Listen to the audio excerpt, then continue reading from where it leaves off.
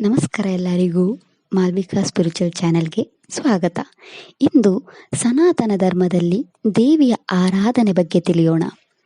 ವೇದಗಳು, ಉಪನಿಷತ್ತುಗಳು, ಇತಿಹಾಸಗಳು ಯಾವಾಗಲೂ ಸ್ತ್ರೀ ಶಕ್ತಿಯನ್ನು ಒಪ್ಪಿಕೊಂಡಿವೆ. ಆಕೆಯನ್ನು ಸೃಷ್ಟಿಯ ಆದಿಶಕ್ತಿ ಎಂದು ಕೊಂಡಾಡಲಾಗುತ್ತದೆ.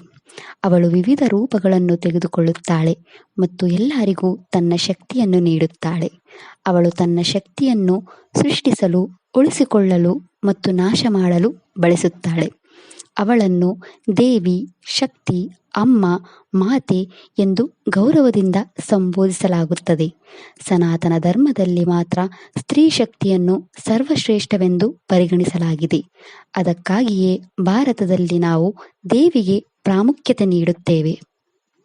ಮೊದಲು ದೇವರನ್ನು ಪೂಜಿಸುವ ಮೊದಲು ದೇವಿಯನ್ನು ಪೂಜಿಸುವುದು ನಮ್ಮ ಸಂಸ್ಕೃತಿಯ ಭಾಗವಾಗಿದೆ. ನಮ್ಮ ಆಚರಣೆಯಲ್ಲಿಯೂ ದೇವಿಯ ಮಹತ್ವವನ್ನು ತೋರಿಸಲಾಗಿದೆ.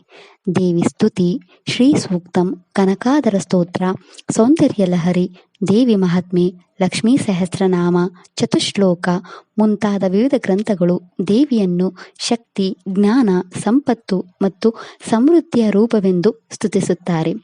ದೇವಿಯ ಆರಾಧನೆಯು ಸನಾತನ ಧರ್ಮದ ಭಾಗವಾಗಿದೆ. ನಾವು ಅವಳನ್ನು ಅಷ್ಟಲಕ್ಷ್ಮಿ, ಪಂಚಕನ್ಯಾ, ಸಪ್ತಮಾತ, ನವದುರ್ಗೆ ಎಂದು ಪ್ರಾರ್ಥಿಸುತ್ತೇವೆ. ಅವಳು ವಿವಿಧ ಧನಾತ್ಮಕ ಶಕ್ತಿಯನ್ನು ಆಹ್ವಾನಿಸುತ್ತಾಳೆ. ದೇವಿಗೆ ವಿಶೇಷವಾದ ದೇವಾಲಯಗಳಿವೆ. ಕೋಲ್ಹಾಪುರ ಮಹಾಲಕ್ಷ್ಮಿ, ವಿಜಯವಾಡದ ಕನಕದುರ್ಗ ದೇವಸ್ಥಾನ, ತಿರುಪತಿಯ ಪದ್ಮಾವತಿ ದೇವಸ್ಥಾನ, ವೈಷ್ಣೋದೇವಿ, ಕಾತನೂರ ಸರಸ್ವತಿ ದೇವಸ್ಥಾನ, ಮಧುರೈನ ಮೀನಾಕ್ಷಿ ದೇವಸ್ಥಾನ ಮತ್ತು ಕಂಚಿಯ ಕಾಮಾಕ್ಷಿ ದೇವಸ್ಥಾನ. ನದಿಗಳಿಗೂ ದೇವಿಯ ಹೆಸರನ್ನು ಇಡಲಾಗಿದೆ. ಅವು ಸಮೃದ್ಧಿಯ ಸಂಕೇತವಾಗಿದೆ. ಋಷಿ ಹೆಂಡತಿಯರಾದ ಕಾತ್ಯಾಯಿನಿ, ಮೈತ್ರೇಯಿ, ಅನಸೂಯೆ, ಅರುಂಧತಿ, ದೇವಹೂತಿ, ಲೋಪಮುದ್ರೆ ಹೆಚ್ಚು ಜ್ಞಾನವುಳ್ಳವರು ಮತ್ತು ಅವರ ಗಂಡಂದಿರಿಗೆ ಸಮಾನರಾಗಿದ್ದರು. ಇತಿಹಾಸವು ಶ್ರೇಷ್ಠ ರಾಜಕುಮಾರಿ ಯೋಧರನ್ನು ಉಲ್ಲೇಖಿಸುತ್ತದೆ.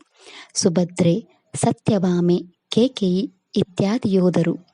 ಪಂಚಕನ್ಯಗಳು ಯಾವಾಗಲೂ ಅವರ ಜ್ಞಾನ, ಪರಿಶುದ್ಧತೆ ಮತ್ತು ಧರ್ಮನಿಷ್ಠೆಗೆ ಪೂಜ್ಯರು. ಇತಿಹಾಸದಲ್ಲಿ ದೇವಿ ಸಂಬಂಧಿತ ಘಟನೆಗಳು ಆತ್ಮವಿಶ್ವಾಸ, ಧೈರ್ಯ, ಮಾತು, ಜ್ಞಾನ ನೀಡುತ್ತದೆ. ದೇವಿಗೆ ಸಂಬಂಧಿಸಿದ ವಿವಿಧ ಹಬ್ಬಗಳು ಆಚರಿಸಲಾಗುತ್ತದೆ. ನವರಾತ್ರಿ, ಕಾತ್ಯಾಯಿನಿ ವ್ರತ, ಕೇದಾರ ಗೌರಿ ವ್ರತ, ವರಲಕ್ಷ್ಮಿ ವ್ರತ, ಗೌರಿ ವ್ರತ ಇತ್ಯಾದಿ ವ್ರತಗಳು ಮಹಿಳೆಯರ ಆತ್ಮದ ಶಕ್ತಿಗೆ ಆಚರಿಸುತ್ತಾರೆ. ದೇವಿಗೆ ಸಮಾನವಾದ ಆಭರಣವಿಲ್ಲ. ಸಮಸ್ತ ಲೋಕಗಳಿಗೆ ಆಧಾರಭೂತಳಾದವಳು. ಆ ಶಕ್ತಿಯನ್ನು ಆದಿಪರಾಶಕ್ತಿ ಎಂದು ಕರೆಯುತ್ತೇವೆ.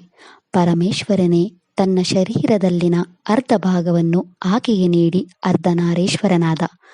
ಸಾಧಾರಣ ಮಹಿಳೆಯರು ಅಬಲೆಯರಲ್ಲ, ಅವರು ಶಕ್ತಿಯುತವಾದವರು ಎಂದು ಅನೇಕ ದೇವಿ ಮಹಿಮೆಗಳಲ್ಲಿ ನಿರೂಪಿಸಿದ್ದಾರೆ. ಭೂಮಿಯಲ್ಲಿನ ಅರ್ಧ ಭಾಗವೇ ದೇವಿ ಭೂದೇವಿಯಾಗಿದ್ದಾಳೆ.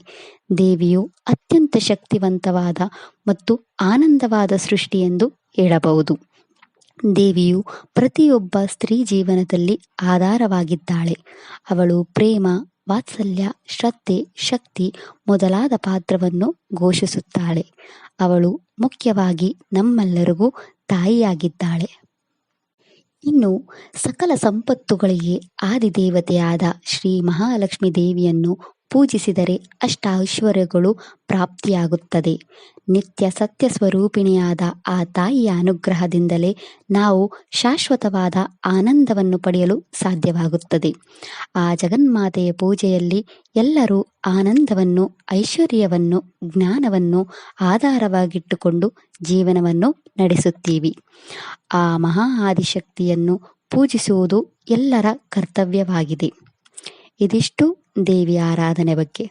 ಆ ತಾಯಿಯ ಆದಿಪರಾಶಕ್ತಿಯ ಆಶೀರ್ವಾದ ಸದಾ ನಮ್ಮ ಮೇಲೆ ಇರಲಿ. ವಿಡಿಯೋ ಇಷ್ಟ ಆದರೆ ಲೈಕ್ ಮಾಡಿ, ಶೇರ್ ಮಾಡಿ, ಚಾನೆಲ್ ಸಪೋರ್ಟ್ ಮಾಡೋಕೆ ಸಬ್ಸ್ಕ್ರೈಬ್ ಮಾಡಿ. ಧನ್ಯವಾದಗಳು.